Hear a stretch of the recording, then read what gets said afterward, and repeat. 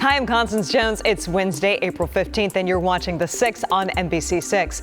A man is behind bars facing an attempted murder charge after a road rage shooting left another man brain dead. Prosecutors say the victim approached 24-year-old Rudy Deravos outside of a Walmart in North Lauderdale. This happened after an alleged fender bender. Now, he said the man punched him twice, so he fired a shot in self-defense.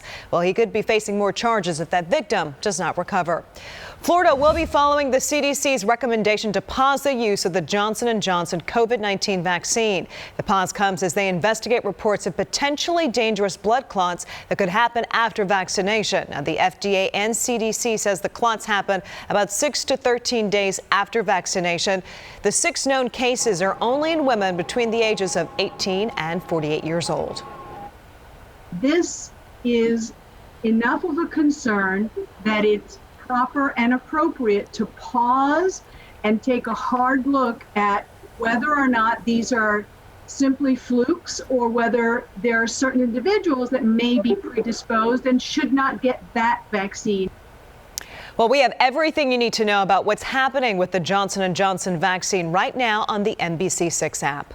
Well, the Miami-Dade School District is planning for all students to return back into the classroom next school year. Superintendent Alberto Carvalho made that announcement on Tuesday. He said the decision is based off of several factors, including increased vaccination rates and a downward trend in COVID positivity cases.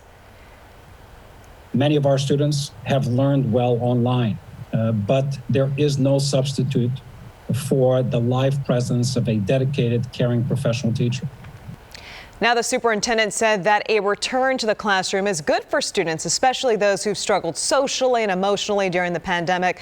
The Broward School District made a similar announcement on Monday. Well, today marks exactly 100 days until the 2020 Tokyo Olympic Games. So what will this year's games look like and feel like with so much of the world affected by the pandemic? Well, here's a preview. 100 days from now, in a majestic city halfway across the earth, the world will come together for an Olympics unlike any other. After a year that has tested us all, we look to Tokyo for moments of triumph and joy, where athletes from near and far have their chance to realize dreams put on hold on the world's biggest stage. 11,000 athletes competing in 41 sports, with more medal events than ever before. Big stars and emerging phenoms, generating the sportsmanship and spirit, the grit and grace that the Olympics always delivers. On the courts, in the pools, under the lights, Tokyo will summon their strength, showcase their resilience, and provide a thrilling, uplifting experience we can share together. The Tokyo Olympic Games coming in 100 days on the networks of NBC. Even though I'm in this predicament, seeing everybody here and support me, it lets me know that I'm not here by myself.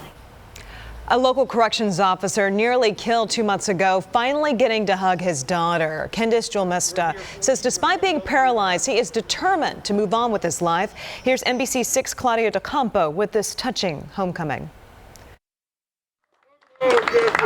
A joyous homecoming for Corrections Officer Ketson Jolmest. He's home after a month in the hospital and rehab facility. I went through a lot of challenges, a lot of pain, of course. Officer Jolmest was on his way to work on February 28th when he was involved in a head-on crash with another vehicle who made an illegal turn. He spent some time in intensive care and underwent several surgeries to his shoulders and spine. He's now paralyzed from the chest down. But I kept on asking what was next.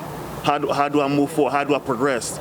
Because I'm not going to stay here and continue to keep crying. It's not going to change anything. So with the help of his family and colleagues, he's on his way to a normal life. Jolmest's 5-year-old daughter, Olivia, hasn't seen her dad since the accident. Every single day we FaceTime each other, and I told her once we be home, then we'll be able to have the physical touch and the hug. And there were plenty of hugs to be had. Now, with the help of his union, the Police Benevolent Association and the Police Officers Assistance Trust, his home will be set up with a wheelchair ramp and other renovations to make life much easier. And before you know it, you'll be living life regularly. It doesn't stop here. It sure doesn't. I'm Claudia Tocampo, NBC6 News. All right, are you heading to the club? You'll be able to pay for something with other than cash or credit card at one South Florida hotspot. 11 Miami in downtown says it's now the first nightclub in the country to accept cryptocurrency as a form of payment. Club goers can use Bitcoin to pay for drinks, table service, and merchandise. Club operators say they are catering to clientele who are using cryptocurrency more and more often. All right, thanks for watching The 6. Remember, you can follow the latest news online at NBC6.com and by downloading the NBC6 app. I'm Constance Jones.